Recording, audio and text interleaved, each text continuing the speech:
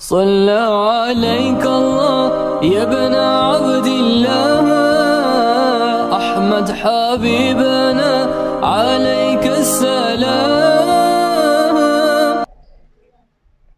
اس لیے اللہ رب العزت نے جو اپنے بندوں کی نشانیاں بتلائیں وہ پڑھ کر دیکھیں، یہاں پر پڑھیں. اسی طرح سورہ فرقان کا آخری رکوع ہے، وہاں پر پڑھیں کہ اللہ کے بندے کون ہوتے ہیں، ان کی نشانیاں کیا ہے. کہیں پر آپ کو نظر نہیں آئے گا کہ اللہ نے کوئی ایک نشانی بندے کی بتائی ہو جو فضولیات میں اپنا وقت صرف کر رہا ہے.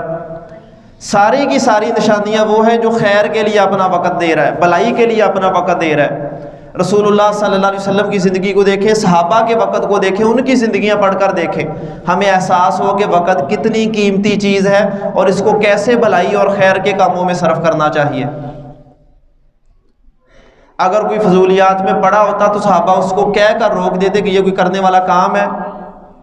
اگر کسی کو ایسے کاموں میں کسی کو کبوتر اڑاتے دیکھا، کسی کو حتیٰ کہ دیکھیں صحابہ اس بات میں بھی اپنا وقت ضائع کرنے کو گناہ سمجھتے تھے کہ انسان فقط اپنی تزین و آرائش اپنے گھر بار کے لیے جٹا رہے اور اس کے علاوہ باقی احساس ہی نہ ہو، وہ اس کو بھی برا سمجھتے تھے.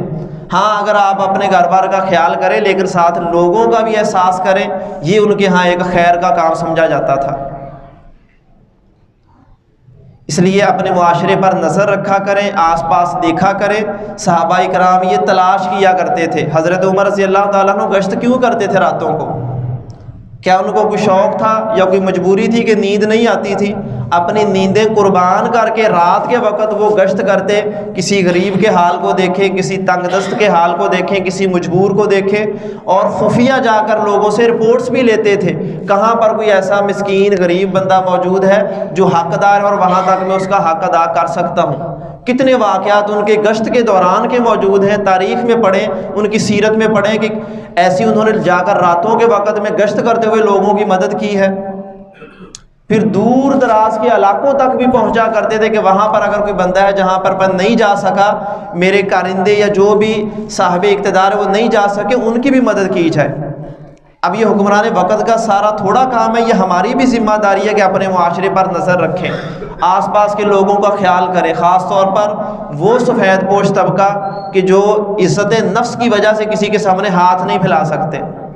اصل مسکین اللہ تعالیٰ نے ان کو کہا ہے. مسکین وہ ہے جو بیچارہ ہوتا تنگ دست ہے، لاچار اور فقیر ہی ہے، لیکن اپنی عزت کی بنیاد پر، عزت نفس کی وجہ سے، غیرت کی بنیاد پر کسی کو جا کر کہہ نہیں سکتا کہ میں مجبور ہوں اور تنگ دست ہوں.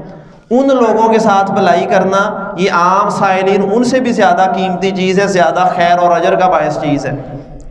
حضرت زین العابدین حضرت حسین رضی اللہ تعالیٰ ان کے بیٹے ہیں، تو وہ کہتے مدینہ کے جتنے بھی فقراء تھے ان کے گھروں میں رات کے وقت میں جا کر ان کی مدد کیا کرتے تھے، اور کسی کو علم نہیں ہوتا کہ کون آتا ہے اور ہماری مدد کر رہا ہے.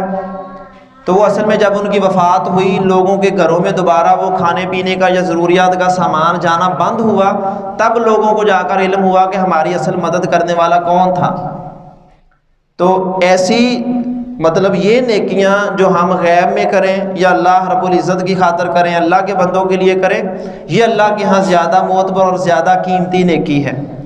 تو اسی طرح غربت میں، اسی طرح لاچار لوگ جو بیچارے بیٹھے ہوئے ہمارے معاشرے میں موجود ہیں، ہم سب دیکھتے ہیں، لیکن یہ بے حسی کی علامت ہے کہ ہمیں یہ توفیق نہیں ملتی کہ ان کی مدد بھی کر سکیں. تو اللہ رب العزت نے اس بارے میں سوال کرنا ہے. یہ بھی جیسا کہ پہلے یہ روایت بیان کی تھی کہ اللہ رب العزت فرمائے گا کہ اپنے بندے سے پوچھے گا کہ میں بیمار تھا، تم نے میری بیمار پرسی کیوں نہیں کی؟ یا اللہ رب العزت کہیں گے میں بھوکا تھا، تم نے مجھے کھانا کیوں نہیں کھلایا؟ میں پیاسا تھا، تم نے مجھے پانی کیوں نہیں پلایا؟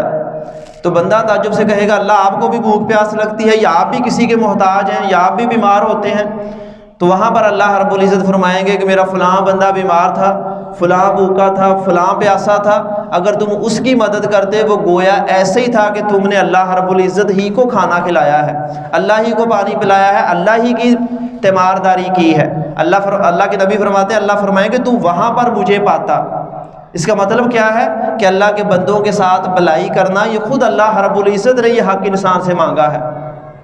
تو اس کے بارے میں اللہ نے ہر بندے سے پوچھے گا جس کی رسائی بھی تھی، اس کی پہنچ میں بھی تھا، اس کو جانتا بھی تھا. پھر بھی منہ دوسری طرف کر لیا اور اس کے ساتھ اس کا احساس نہیں کیا، اس بارے میں اللہ نے پوچھنا ہے کہ میں فلاں وقت وہ فلاں بندہ اگر بیمار تھا تم نے اس کا احساس نہیں کیا، گویا تو نے میرا احساس نہیں کیا۔ اس لحاظ سے یہ ہمارے کرنے والے کام ہیں، ان کے لیے توجہ کریں اور یہ کام کریں اور فضولیات سے بچیں۔ اللہ رب العزت ہمیں اس کی توفیق عطا فرمائے، خیر کے کاموں میں مقابلے کی توفیق دے، فضولیات سے محفوظ فرمائے۔ وآخر دعوانا ان الحمد للہ رب العالمین۔